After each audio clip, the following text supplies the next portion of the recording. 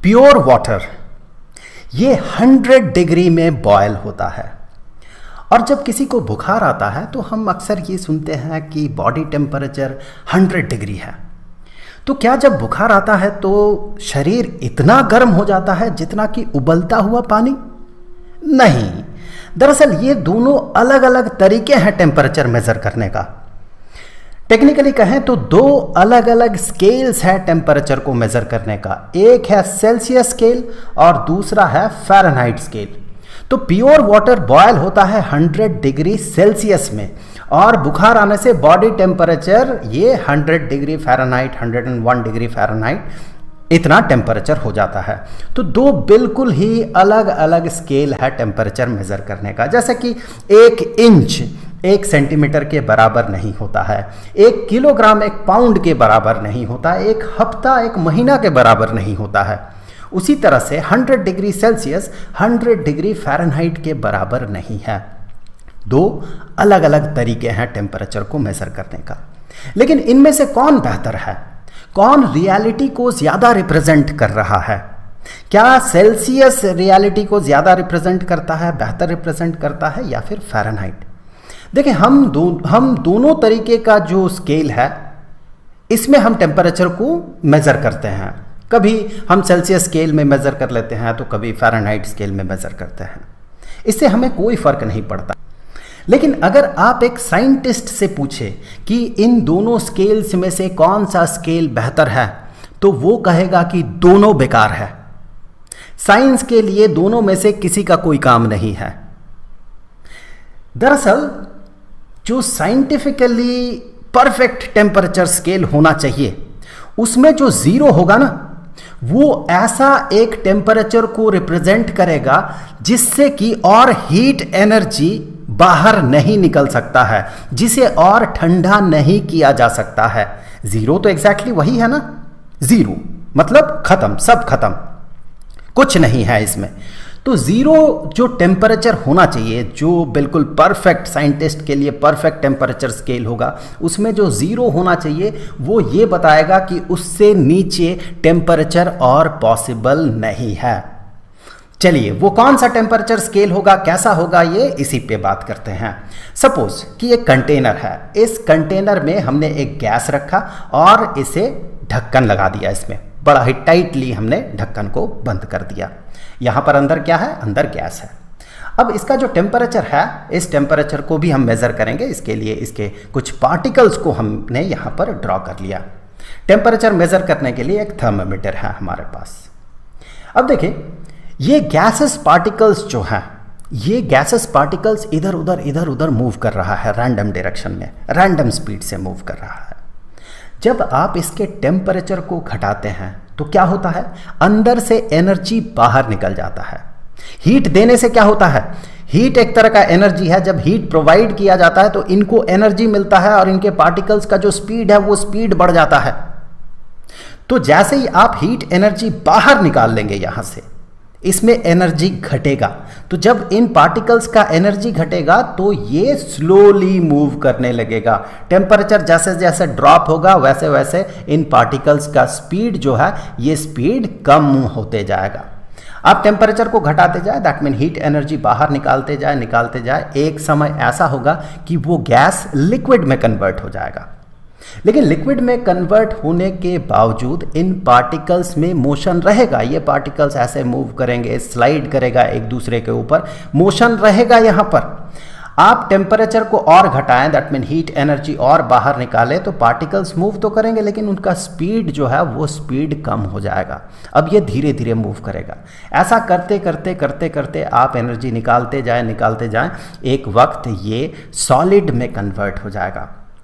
तो जब ये सॉलिड में कन्वर्ट होगा तो इनके पार्टिकल्स भले ही एक जगह को छोड़ के दूसरे के जगह को एक्वायर ना करे, वो अपने ही जगह पे रहे, लेकिन फिर भी इनमें रहता है वाइब्रेशन। ये जो पार्टिकल्स है ये ऊपर नीचे, आगे पीछे, दाहिने बाएं ऐसे वाइब्रेट करता है। इसी पोजीशन में रहते हुए ये ऊपर नीचे वाइब्रेट करता है। तो वाइब्रेशन यहां पर रहता है, मतलब एनर्जी अब भी इसमें है। अब भी ये और ठंडा हो सकता है। तो अब यहां से हीट एनर्जी बाहर निकाले, इसका टेम्परेचर घटेगा घटेगा घटेगा।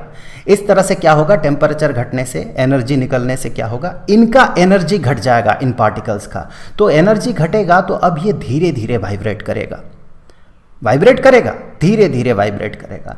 जितना आप एनर्जी यहां से बाहर निकालेंगे उतना वाइब्रेशन घटते जाएगा घटते जाएगा घटते जाएगा। एक समय ऐसा आएगा कि यहां से सारा एनर्जी बाहर निकल जाएगा। तो जिस समय यहां से सारा एनर्जी बाहर निकल जाएगा, पार्टिकल बिल्कुल भी मूव नहीं करेगा, मतलब जो वाइब्रेशन था वो वाइब्रेशन भी बंद हो जाएगा। यहां पर इस सिस्टम में अब कोई एनर्जी बचा हुआ नहीं है।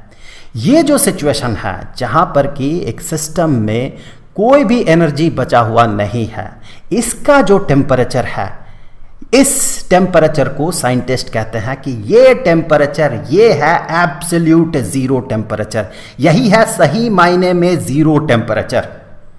अगर सेल्सियस स्केल में देखा जाए तो ये टेम्परेचर जो है, ये टेम्परेचर होता है -273 डिग्री सेल्सियस। हमें पता है कि 100 डिग्री सेल्सियस में प्योर वाटर बॉयल करता है, उसे ठंडा करते जाए ठंडा करते जाए ठंडा करते जाए, 0 डिग्री सेल्सियस में पानी आइस में कन्वर्ट होता है, उसका सॉलिडिफिकेशन होता है, सॉलिड स्टेट में कन्वर्ट होता है वो। उस बर्फ को भी हम और ठंडा कर सकते हैं, उस बर्फ में भी वाइब्रेशन होता है उनके पार्टिकल्स में, उसे ठंडा करते जाए ठंडा करते जाए ठंडा करते जाए, इसका वाइब्रेशन घटेगा घटेगा घटेगा घटेगा घटेगा। -273 डिग्री सेल्सियस में जाके इसका वाइब्रेशन बिल्कुल बंद हो जाएगा। यहां पर मैं आपको बता दूं, ये जो टेम्परेचर है अगर प्रिसाइजली कहें तो दैट इज -273.15 डिग्री सेल्सियस। तो ये जो 0.5 है इसे अभी हम लोग इग्नोर कर रहे हैं, यहाँ के लिए स्टैंडर्ड 9th लेवल के लिए इसे इग्नोर कर रहे हैं, और फिर हम इसी वैल्यू को लेके आगे बढ़ते हैं। लेकिन इस चीज़ को ध्यान रखें, ये एग्जैक्टली -273 डिग्री सेल्सियस नहीं होता है, बल्कि -273.15 डिग्री सेल्सियस होता है। उस छोटे से वैल्यू को अभी फिलहाल हम लोग इग्नोर कर रहे हैं। तो हम बर्फ को ठंडा करते जाए -273 डिग्री सेल्सियस में जाके उसका वाइब्रेशन भी बंद हो जाएगा पार्टिकल्स का। इसी टेम्परेचर को साइंटिस्ट कहते हैं कि यही है सही मायने में जीरो टेम्परेचर, यही है जीरो टेम्परेचर। और उस टेम्परेचर को एक नाम दिया गया, जैसे इस तरह के स्केल का एक नाम है सेल्सियस, इसे भी एक नाम दिया गया केल्विन।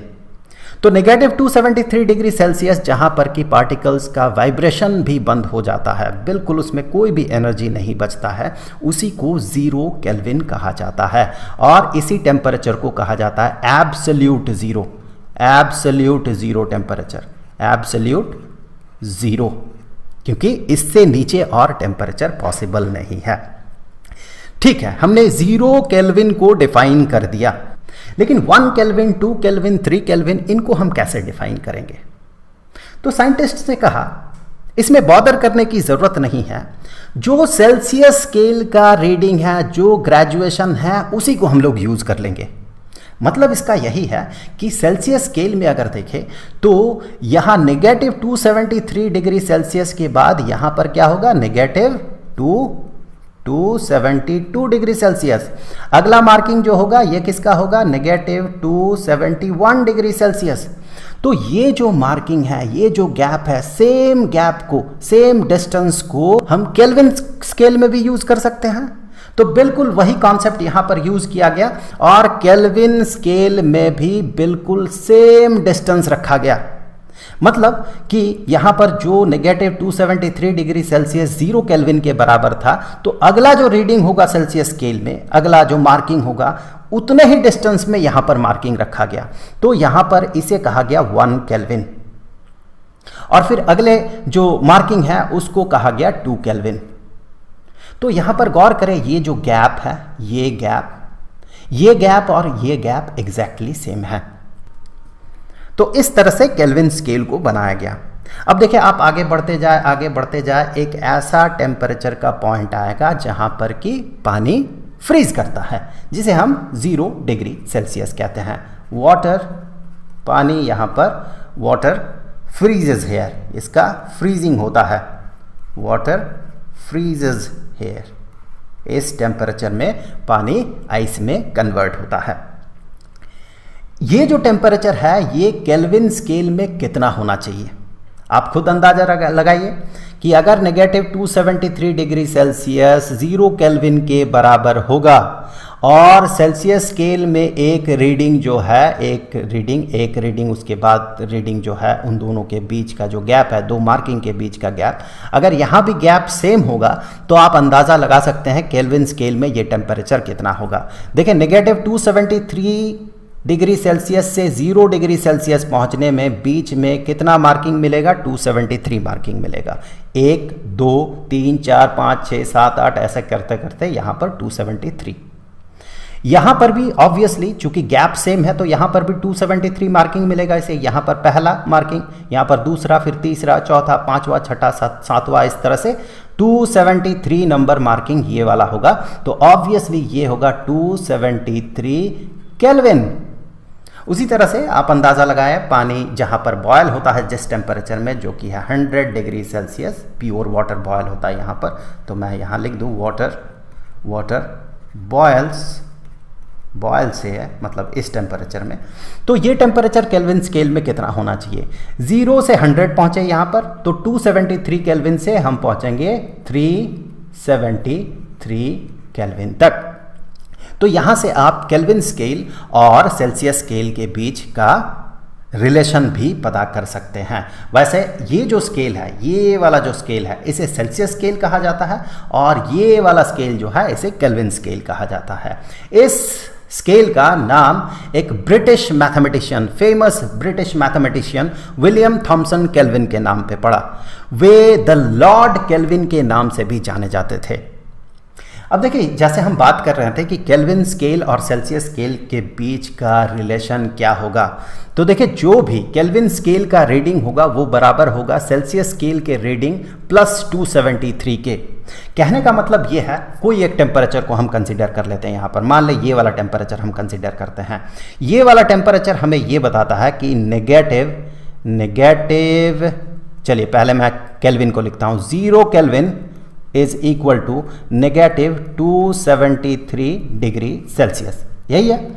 तो अब देखिए, मान ले कोई एक टेम्परेचर, यही वाला टेम्परेचर सेल्सियस स्केल में बताया गया, सेल्सियस स्केल में कहा गया -273 डिग्री सेल्सियस, आपको उसे केल्विन स्केल में कन्वर्ट करना है। तो उसके लिए ये वाला इक्वेशन आप यूज कर सकते हैं। कैसे कि हमें नहीं पता, चलिए मान लेते हैं कि हमें नहीं पता है कि -273 डिग्री सेल्सियस कितने केल्विन के बराबर है, केल्विन स्केल में वो रीडिंग कितना होगा हमें नहीं पता, हमें ये पता करना है। तो हम इसके लिए क्या करेंगे, देखिए सेल्सियस स्केल में रीडिंग कितना है, -273, so reading in Celsius scale is -273। इसके साथ हमें 273 ऐड कर देना है, 273 हमने ऐड कर दिया तो हमें क्या मिला, हमें मिला दैट इज इक्वल टू 0। ये 0 होगा केल्विन स्केल का रीडिंग। तो देखिए 0 kelvin is equal to -273 degree Celsius, ये टेम्परेचर इसके बराबर है, दोनों सेम टेम्परेचर है तो दोनों बराबर है। Reading in Celsius scale -273 plus 273 is 0, तो केल्विन स्केल का रीडिंग होगा 0, मतलब ये 0 केल्विन के बराबर होगा। इसी तरह से अगर ये वाला सिचुएशन हम कंसीडर करते हैं 0 डिग्री सेल्सियस, जिसे कि केल्विन स्केल में हम 273 केल्विन कहेंगे, तो यहाँ पर अगर मान ले सवाल ऐसे पूछा जाए कि पानी जो फ्रीज करता है, पानी जो आइस में कन्वर्ट होता है, वो हमें पता है 0 डिग्री सेल्सियस में, लेकिन केल्विन स्केल में वो रीडिंग कितना होगा, या फिर कहें 0 डिग्री सेल्सियस कितने केल्विन के बराबर होगा। तो हम क्या करेंगे, जो सेल्सियस स्केल का रीडिंग है, सेल्सियस स्केल का रीडिंग 0 है यहाँ पर इस केस में, उसके साथ 273 ऐड कर देंगे, 273, तो क्या बनेगा, यहां पर बनेगा 273, यही हो जाएगा केल्विन स्केल का रीडिंग, मतलब 0 degree Celsius is equal to 273 kelvin. Same चीज आप यहां पर भी अप्लाई कर सकते हैं। अब देखिए इसका उल्टा मतलब मान ले कि रीडिंग केल्विन स्केल में दिया गया है, हमें सेल्सियस स्केल में पता करना है कि उसका रीडिंग क्या होगा। तो हमें क्या करना है, केल्विन स्केल का जो रीडिंग होगा, जो भी रीडिंग होगा, उससे हमें 273 सब्ट्रैक्ट कर देना होगा। जैसे कि हम यहाँ पर बात कर रहे थे कि ये 0 डिग्री सेल्सियस का पॉइंट है जो कि 273 केल्विन के बराबर है। यहाँ पर मैं फिर से रिपीट कर दूँ, ये होगा 273.15 केल्विन, ठीक है। इस पे हमने बात कर भी लिया है कि वो जो प्रिसिशन है उसे हम अभी लूज कर रहे हैं, फिलहाल 0.15 को हम छोड़ रहे हैं चीज़ों को आसान बनाने के लिए। तो देखिए, अगर केल्विन स्केल का रीडिंग बताया गया, सपोज ये वाला जो टेम्परेचर है, ये वाला टेम्परेचर, ये केल्विन स्केल में कहा गया 273 केल्विन, हमें पता करना है सेल्सियस स्केल में कितना है। तो सीधे केल्विन स्केल का जो रीडिंग है इससे हम 273 को सब्ट्रैक्ट कर देंगे, हमें मिलेगा 0, जो कि होगा सेल्सियस स्केल का रीडिंग। मतलब कि 273 kelvin is equal to this 0 degree Celsius. तो ये वाला जो रिलेशन है, ये वाला रिलेशन हम वहाँ पर यूज़ कर सकते हैं। तो इस तरह से हम केल्विन स्केल से सेल्सियस स्केल में कन्वर्ट कर सकते हैं, सेल्सियस स्केल से केल्विन स्केल में कन्वर्ट कर सकते हैं। एक छोटा सा सवाल कि सपोज एक टेम्परेचर है 30 डिग्री सेल्सियस, केल्विन स्केल में इस टेम्परेचर को रिप्रेजेंट करें, तो हम क्या करेंगे, हम ये वाला इक्वेशन यूज़ करेंगे। तो इसके लिए क्या करना है हमें, देखें, केल्विन स्केल का जो रीडिंग होगा that will be equal to reading in Celsius scale which is 30 plus 273 and that will be equal to 303। इसका मतलब ये है कि ये टेम्परेचर केल्विन स्केल में होगा 303 kelvin. 30 degree Celsius is equal to 303 kelvin. Similarly मान ले कि कहा गया कि 100 केल्विन ये कितने डिग्री सेल्सियस के बराबर है, ये हमें पता करना है। तो क्या करना है हमें, ये वाला इक्वेशन यूज करना है। सेल्सियस स्केल का रीडिंग ये बराबर होगा रीडिंग इन केल्विन स्केल जो कि है 100, उससे 273 को सब्ट्रैक्ट कर देना है। तो हमें क्या मिलेगा, हमें मिलेगा -173। तो सेल्सियस स्केल का रीडिंग होगा -173, मतलब ये जो टेम्परेचर है ये टेम्परेचर -173 इतना डिग्री सेल्सियस के बराबर होगा। तो आई होप कि ये वीडियो आपके लिए हेल्पफुल रहा होगा। अगले वीडियो का लिंक आपको यहाँ पर स्क्रीन पे मिल जाएगा, वहाँ क्लिक करके आप उस वीडियो को देख सकते हैं। अब जाते जाते मैं आपको बता दूं कि इस चैप्टर के दैट मीन स्टैंडर्ड 9th के लिए साइंस का जो फर्स्ट चैप्टर है, इस चैप्टर के सारे वीडियोज़ का जो प्लेलिस्ट है उसका लिंक आपको नीचे डिस्क्रिप्शन में मिल जाएगा। तो आई होप कि अगले वीडियो में फिर मुलाकात होगी। तो मिलेंगे आपसे अगले वीडियो में, तब तक के लिए खुश रहें, गुड बाय।